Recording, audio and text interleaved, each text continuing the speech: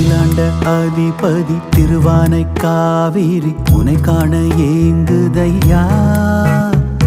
அகிலாண்ட தாந்திரி அவதார மாந்திரி உயிர் உன்னை ஏந்துதையா. கண்டேன் உன் மகிமை அருளை உணர்ந்தேன் உன் ஆற்றலின் பெருமை. தென்கிழக்கில் ஒதிக்கும் திருவானை காரசை கொடையருளும் நாட்டில் நாவல் மரத்தடியில் லிங்கமாய் அமர்ந்த ஜம்பு கேசா. வேதத்தின் வித்தென்று அறிந்தேனே உன்னை, வியர்வைக்கு சொத்தாக பெற்றேனே உன்னை.